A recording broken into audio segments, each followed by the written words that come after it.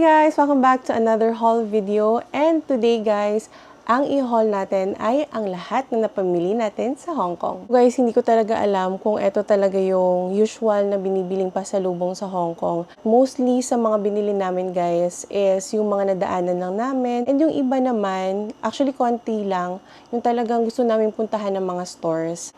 I guess guys, magsa-start ako sa Ladies Market kasi yun yung first naming pinuntahan and yun din yung first na binilhan namin. Sa Ladies Market pala guys, isa siyang alley ng mga tindahan or yung mga tiyanggi-tiyanggi. So, eto yung nabili namin doon.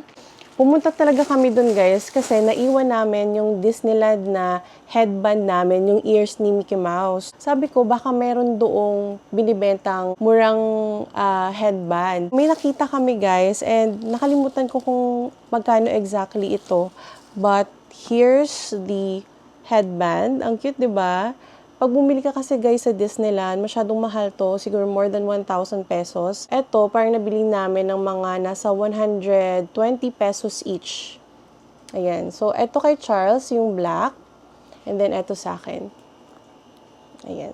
Kailangan mo lang naman to sa picture eh. Pero kung gusto mo talaga na from Disneyland na mga souvenir, siguro pwede ka namang bumili doon. Pero masyadong mahal talaga guys yung headband sa Disneyland. Doon pa din sa Ladies Market, bumili kami ng parang mobile bag. Oh, maraming binibentang mobile bag sa Hong Kong guys. So, eto yun. Actually, marami to. Nasa 1, 2, 3, 4, 5, 6, 7, 8, 11. So, nasa 11 guys. Eto yung itsura niya. Nabili siya namin ng 100 Hong Kong dollars. Convert natin. 700, ito siya guys, oh. 755.90. Yan yung conversion dito sa iPhone. So, $100 ito lahat guys for 11 pieces. Ito yung itsura niya. Yan.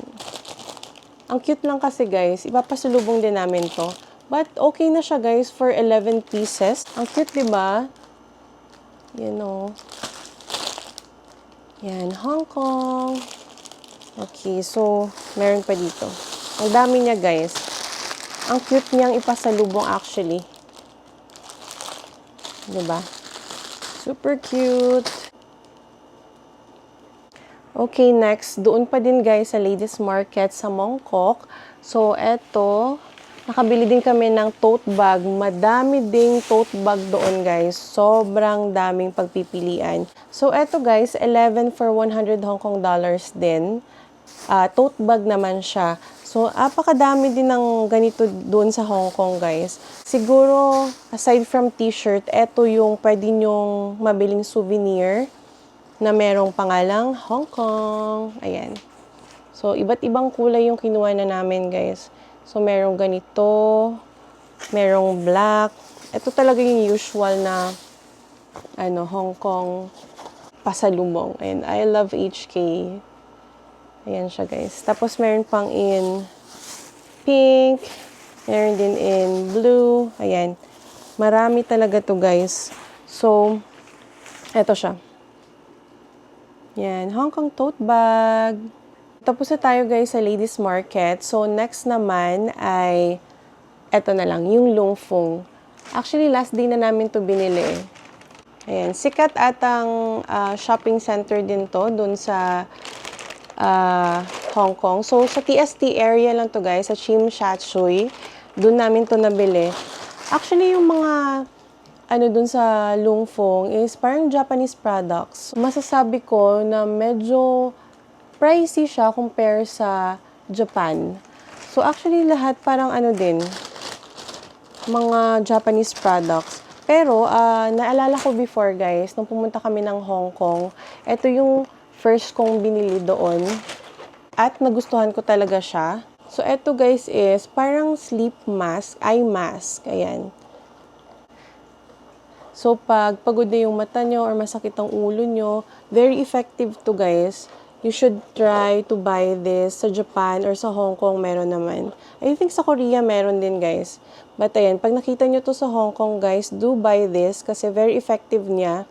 Especially those na talagang babad na babad sa mobile phone, sa computer. Before matulog, ayan, pwede nyo itong ilagay sa mga mata nyo. Next naman guys is, ito first time kong bilhin guys. Gustong gusto ko to. Actually, gustong gusto ko yung mga heat pack, patch, yung para sa sakit na likod, sa paa. That's why binili ko to guys kasi gusto ko siyang itry.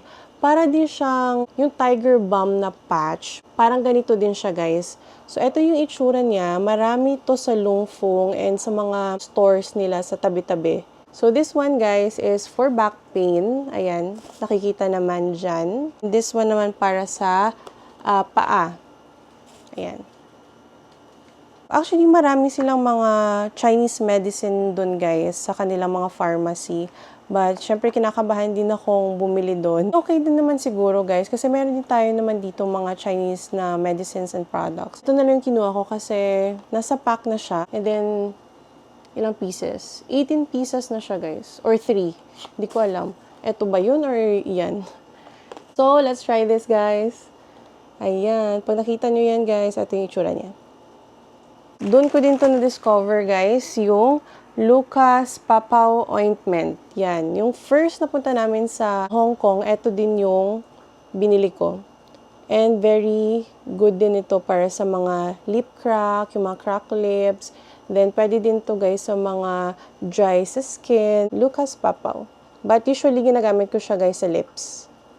Then, for the total, buti na lang kinip ko pa yung receipt. So, for Lungfung guys, ang total ng pinamili ko is nasa 217 Hong Kong dollars. Ayan siya. Ayan, 217 Hong Kong dollars. So, medyo pricey siya guys, no? Tingnan natin. Oo, nasa 1,640. Pero 1, 2, 3, 4, 6 pieces lang siya guys. Diba? Medyo pricey talaga sa Hong Kong. Next naman guys is yung Don Quijote. Actually, nadaanan lang namin to from Lungfung. Pumunta na lang kami doon since first time din ng mga kasama namin na pumunta ng Don Quijote. So, syempre guys, kahit doon sa Japan, ito talagang binibili ko yung mga fish, no, this is not a fish cracker, rice cracker. So, bumili ulit ako guys.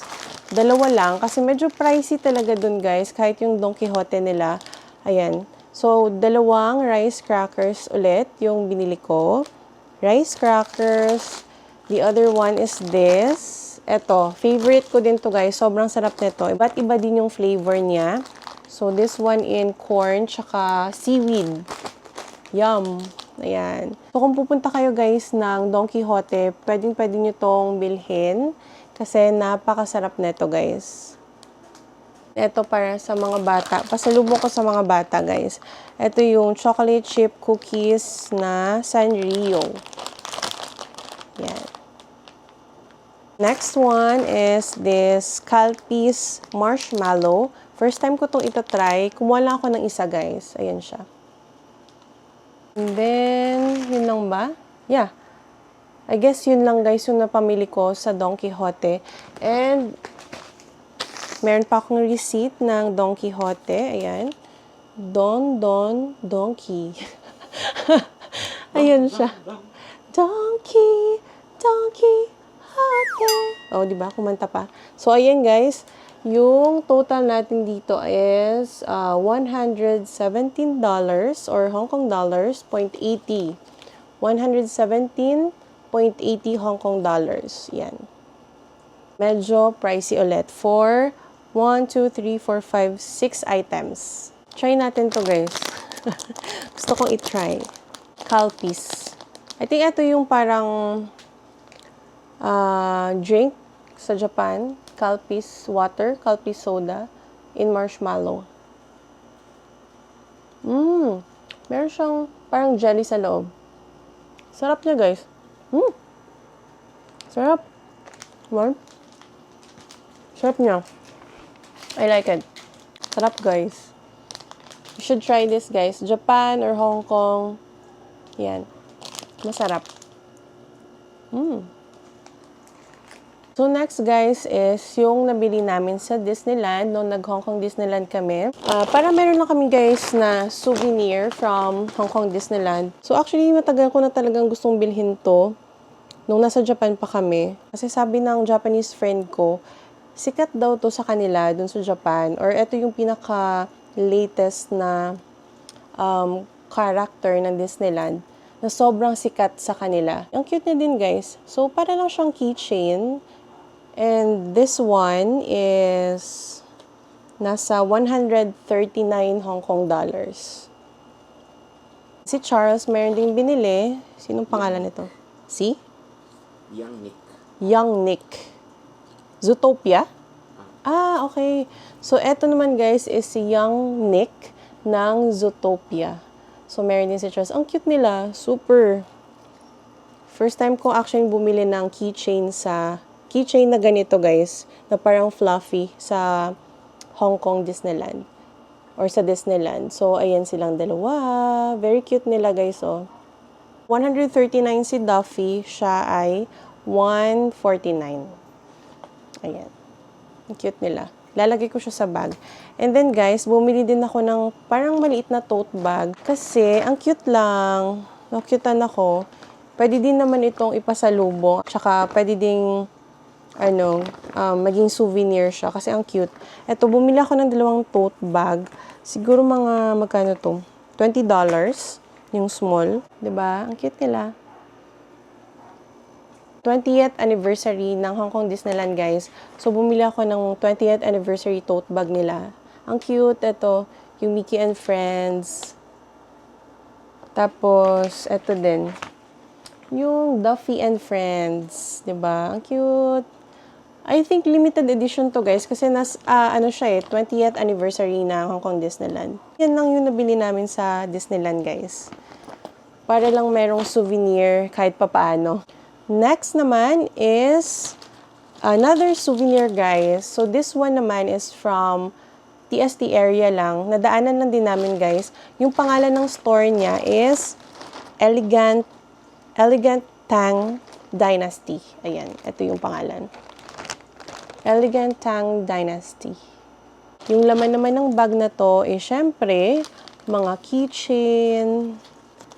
keychain na nail cutter.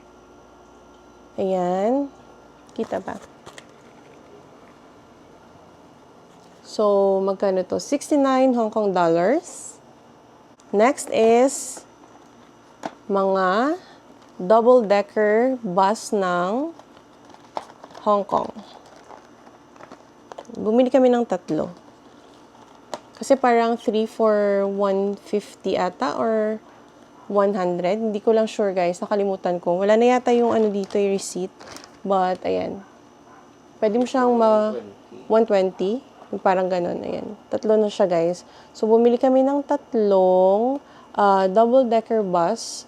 Or parang sightseeing bus siya. Tour bus. Ayan. Tour bus pala siya. Ito sa amin.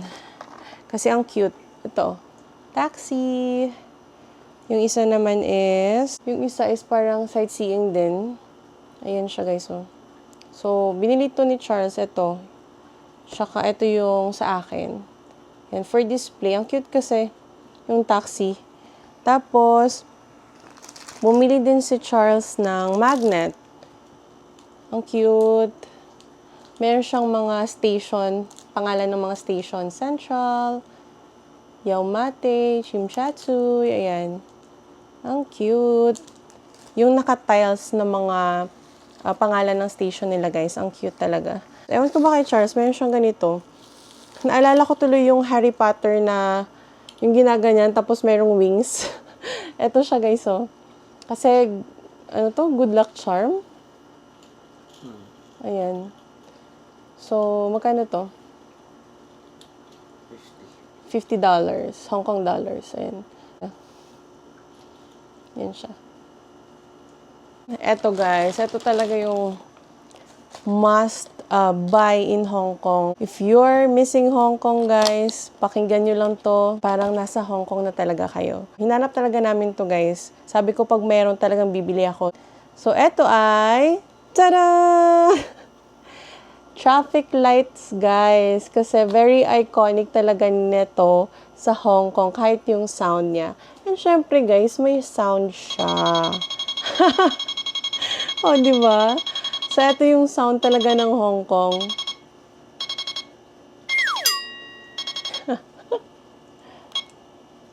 O, di ba? Stop. And go! Ang cute! Diba? So, must buy to guys na pasalubong from Hong Kong. Hindi ko mahanap yung... Teka lang. Ayaw na mag-stop.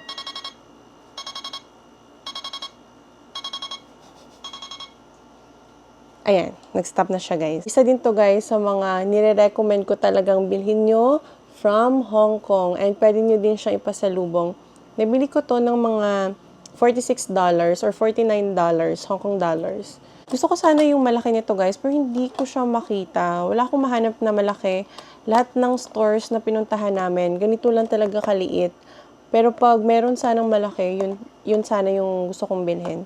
Yun lang ata lahat yung nabili namin sa Elegant Tang Dynasty. Next is GU. Okay, merong GU dun sa Hong Kong guys, sa may TST area.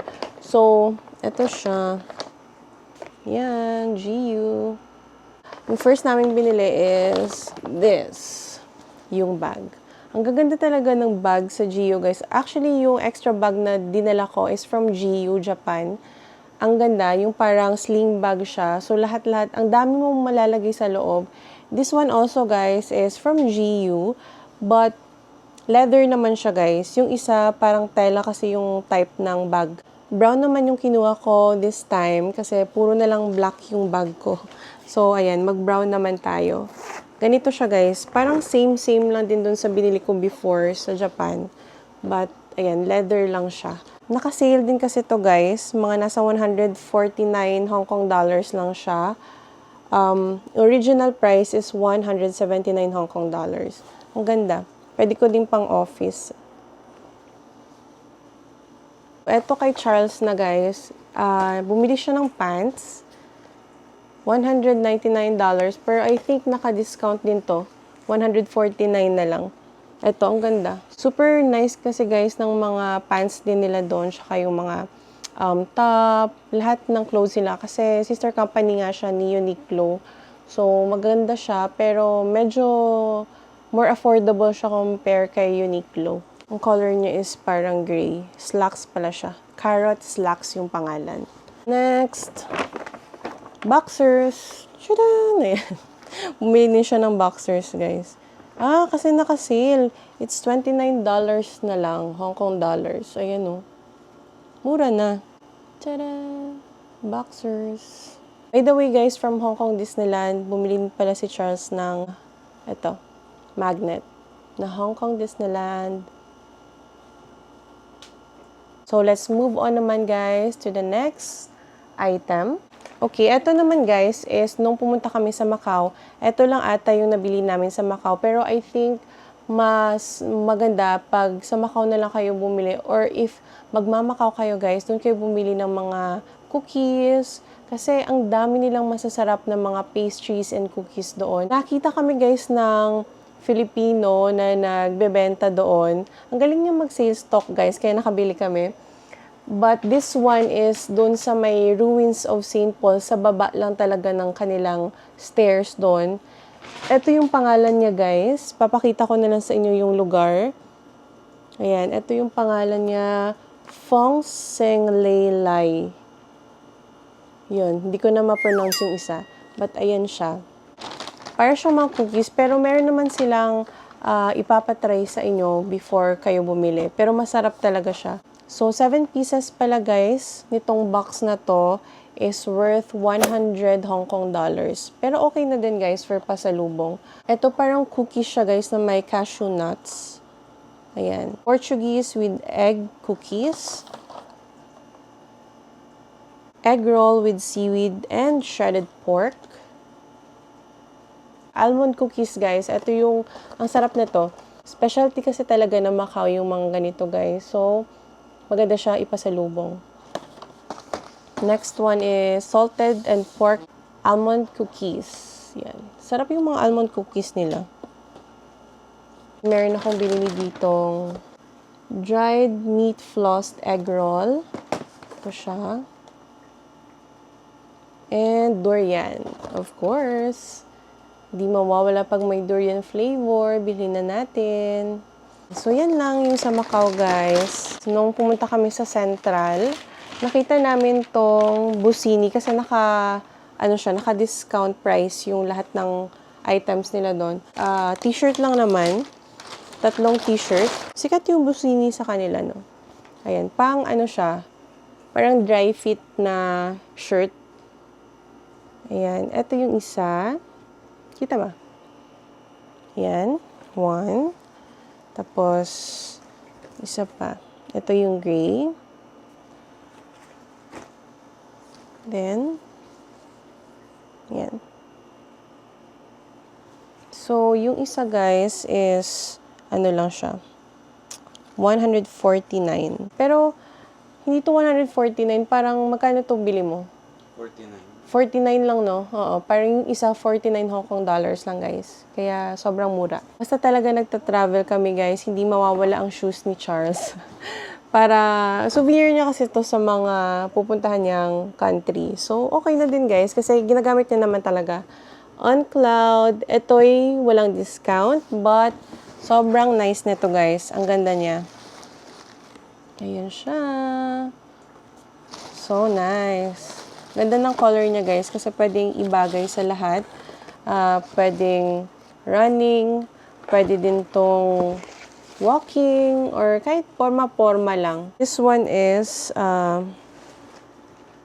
Cloud Vista 2. Yun. Cloud Vista 2 yung kanyang pangalan.